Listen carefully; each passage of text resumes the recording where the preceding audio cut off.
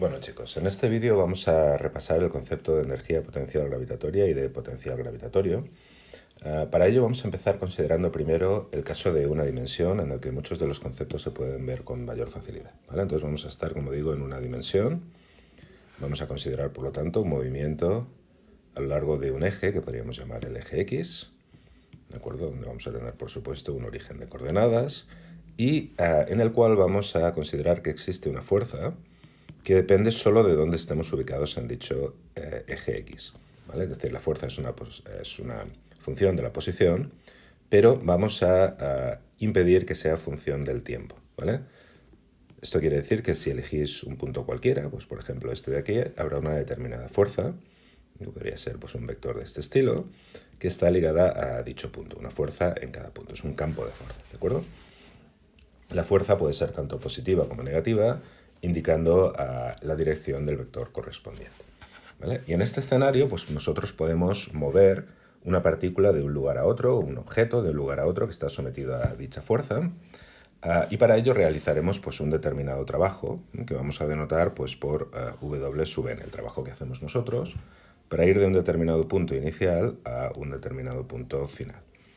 Y como sabéis, el trabajo pues, va a ser simplemente la suma de una serie de trabajos infinitesimales, es decir, una integral desde la posición x sub i a la posición x sub f, de la fuerza que hacemos nosotros. Ahora estamos considerando la fuerza que tenemos que hacer nosotros para contrarrestar la fuerza que hace el campo. Movemos de manera infinitamente lenta, es decir, simplemente compensando exactamente la fuerza que hace el campo al objeto de un lugar a otro, haciendo una fuerza que llamamos F sub n, de la fuerza que hacemos nosotros, ¿de acuerdo?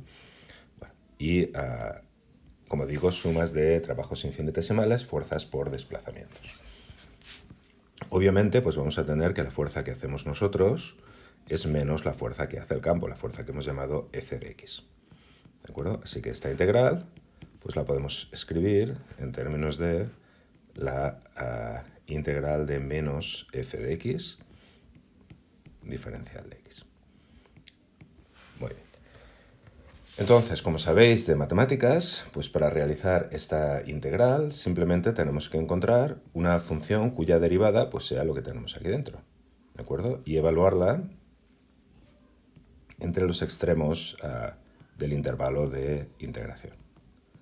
¿Vale? Pues a esta función la vamos a llamar energía potencial en el punto x. ¿Vale? Es simplemente la función cuya derivada es igual a menos f de x. Es decir, podemos escribir, dejadme que lo escriba aquí abajo, que la derivada de la energía potencial respecto de x, cambiada de signo, pues es la fuerza del campo f de x. ¿De acuerdo? Es decir, cualquier función E sub p que cumpla esta condición, pues es una buena candidata para energía potencial. Fijaros que estamos todavía solo hablando de un nivel matemático, ¿vale? Es decir, no estamos haciendo consideraciones en términos de qué significado físico podría tener esta energía potencial. Es simplemente una primitiva, una función cuya derivada es pues, el integrando menos f de x. ¿De acuerdo? Muy bien. Daros cuenta de que esto es siempre factible, ¿vale? Es decir, no tiene que ser una primitiva, una integral que podemos calcular analíticamente, porque yo podría simplemente definir esta función de aquí, la energía potencial como función de x, como la integral entre un cierto punto, que puedo llamar x sub 0, el que vosotros queráis, y un punto variable x, ¿vale? De menos f de x. ¿De acuerdo? Pues como sabéis de matemáticas, esta función cumple exactamente la propiedad de la que estábamos hablando, que menos su derivada es igual a f de x, o simplemente que es una primitiva de la función que tenemos aquí dentro. ¿Vale? Y esto es siempre posible, ¿eh? Como digo, sea o no factible realizar esta integral en términos analíticos. Aquí estamos considerando simplemente la integral pues, como el área bajo una curva dada, la curva menos f de x, ¿vale? Entonces, esto en una dimensión se puede hacer siempre, como digo, por lo tanto siempre tenemos un concepto de energía potencial en una dimensión. Muy bien. Vamos a considerar ahora el significado de esta integral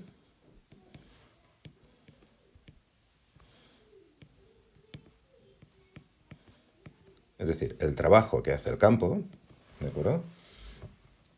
Desde un punto inicial a un punto final, que como sabemos, por vuestras clases de mecánica del año pasado, pues es el cambio en la energía cinética, ¿vale? Este es el teorema de las fuerzas vivas, que nos dice, pues eso, que el trabajo total...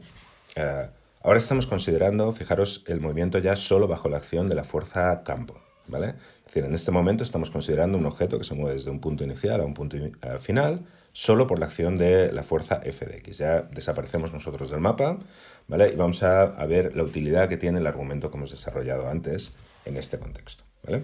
Pues ¿cuál es su utilidad? Fijaros, esto se cumple siempre, ¿eh? La integral de la fuerza total, que en este caso es simplemente la fuerza del campo, es igual al cambio en la energía cinética, pero por otra parte, por el resultado anterior, pues sabemos que eso lo podemos poner como menos el cambio en la energía potencial, ¿vale?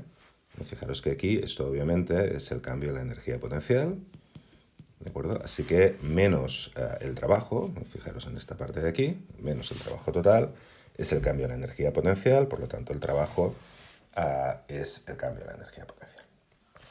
Perfecto, pues ahora fijaros en esta parte de aquí, ¿vale? Que podemos escribir pues de la siguiente manera, que el cambio de la energía cinética más el cambio de la energía potencial va a ser igual a 0.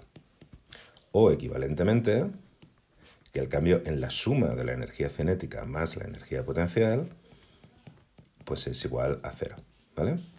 Y esto pues implica que esa cosa que tenemos dentro del paréntesis, la energía cinética más la energía potencial, no puede cambiar, no cambia, el incremento es 0 y es por tanto pues una constante, ¿vale? Esto es lo que denominamos el teorema de conservación de la energía mecánica.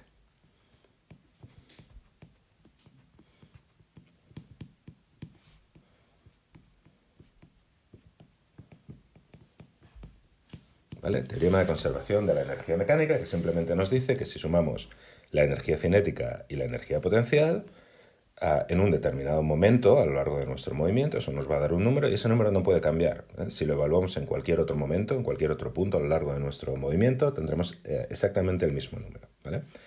Entonces esto nos va a servir para, dada esta constante, ¿vale?, en un determinado punto, si nos vamos a otro punto, cuya coordenada x conocemos, pues podemos calcular la energía potencial y como la suma de esta energía potencial más la energía cinética tiene que ser la constante dada, pues podemos despejar la energía cinética, ¿vale?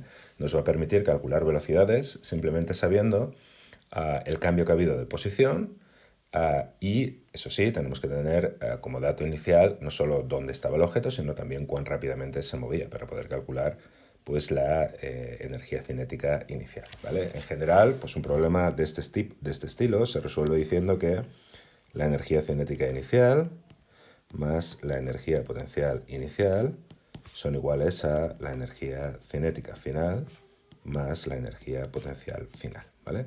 Y como digo, si tenemos información sobre la situación inicial, cómo de rápido nos estamos moviendo y en qué punto estamos, y sabemos, por ejemplo, el valor de la energía potencial final, porque sabemos el punto al que llegamos, pues podemos despejar la energía cinética, ¿vale?, que como sabéis pues es un medio de la masa por la velocidad al cuadrado, y de aquí podemos extraer la velocidad, ¿vale? Entonces, insisto, en el caso unidimensional, esto va a ser siempre posible, es decir, vamos a poder siempre resolver los problemas por energías, ¿no?, en el sentido de que vamos a tener siempre una energía potencial a nuestra disposición, ¿vale? Bueno, termino aquí este vídeo y empiezo enseguida con el siguiente relativo al caso tridimensional, que es el que nos interesa.